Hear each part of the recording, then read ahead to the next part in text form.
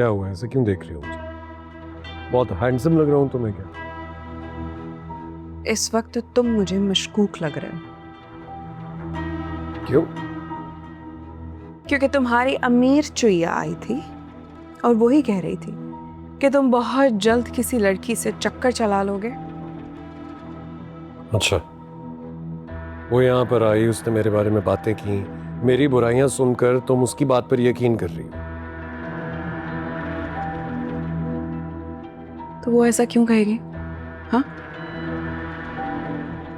वैसे एक लिहाज से कहे तो वो ठीक ही रही थी, क्योंकि अगर देखा जाए तो पहले तो तुम उसी से शादी करने वाले थे ना। उसके बाद तुमने मुझे देखा और मैं तुम्हें पसंद आ गई, फिर उसे छोड़ के तुमने मुझसे शादी कर ली। तो ऐसा कल को मेरे साथ भी तो हो सकता है ना। अच्छा, तो इस हिसाब से तो मुझे भी तुम पर शक करना चाहिए, क्योंकि शादी तो तुम भी पहले किसी और से कर रही थी, फिर तुम्हें मुझसे मोहब्बत हो गई और फिर उसके बाद तुमने मुझसे शादी कर ली। मैं तो तुम पर शक नहीं कर रहा हूं।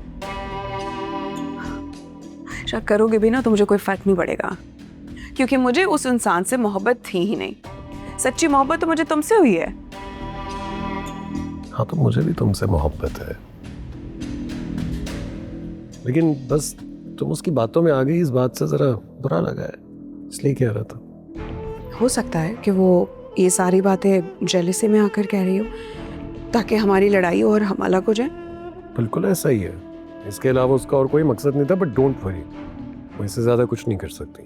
और मेरी बात सुनो, ये अपार्टमेंट तुम्हारे अब्बा के नाम पर है और जो भी तुम्हारा बिजनेस है वो तुम्हारी माँ के नाम पर है।